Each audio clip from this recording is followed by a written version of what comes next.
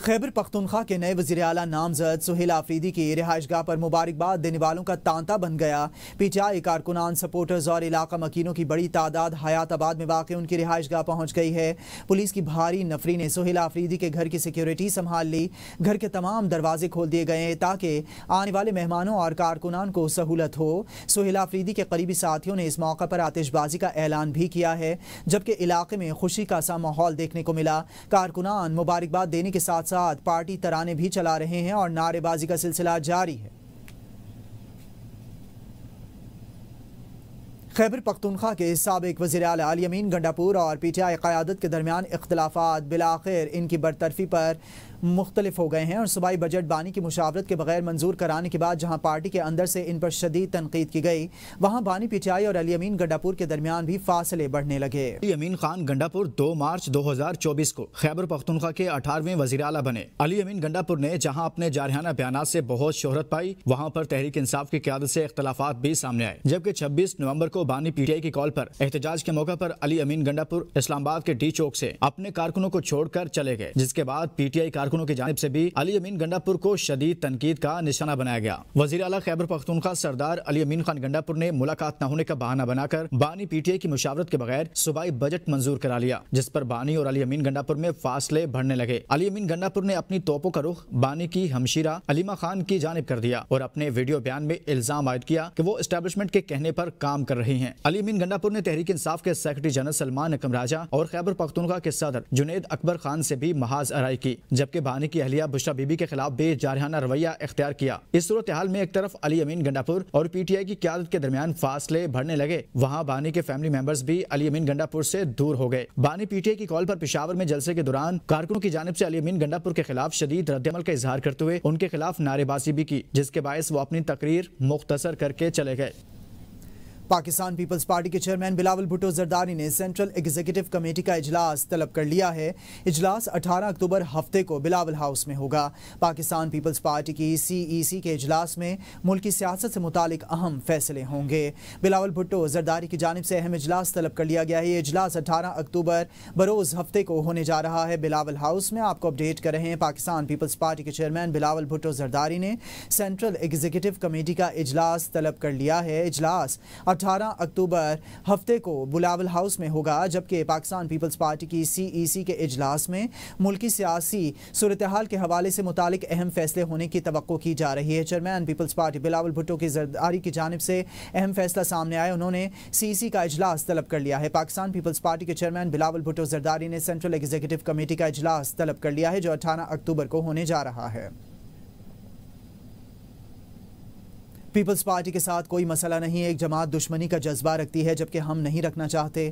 وزیر اعظم کے معاون خصوصی سینیٹر رانا ثناءاللہ کہتے ہیں کہ بلاول بھٹو کی بات کو ہم غلط یا درست سمجھیں، انہیں اپنی بات کرنے کا حق ہے، بات دور تک نہیں جائے گی۔ سیاستدان بات نہیں کرے گا تو کیا کرے گا؟ موجودہ سیاسی قیادت کو اپنے سیاسی مسائل ٹیبل پر بیٹھ کر حل کرنے چاہیے۔ نواز شریف وزیر اعظم بننا چاہیں تو انہیں کسی سفارش کی ضرورت نہیں۔ شہباز شریف نواز شریف کے قدموں میں وزارت عظمیٰ رکھ دیں گے۔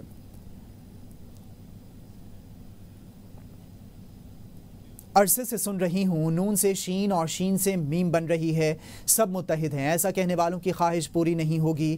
وزیر اعلیٰ پنجاب مریم نواز کا پاک پتن میں تقریب سے خطاب، کہا کہ پنجاب میں ترقی بڑے شہروں تک محدود نہیں، عوام کا پیسہ عوام پر لگتا ہے، اپنے وسائل سے صوبے کو ترقی کی راہ پر گامزن کر دیا، بڑے شہروں میں ترقی ہو رہی ہے، اب چھوٹے شہر میرا فوکس ہیں۔ دوسرے صوبوں کے لوگ آج کہتے ہیں کہ کاش ہمارے صوبے میں بھی ایسی صفائی ہو۔ ستھرا پنجاب پروگرام میں کسی شہر کو دوسرے شہر سے مشینری نہیں مانگنا پڑے گی۔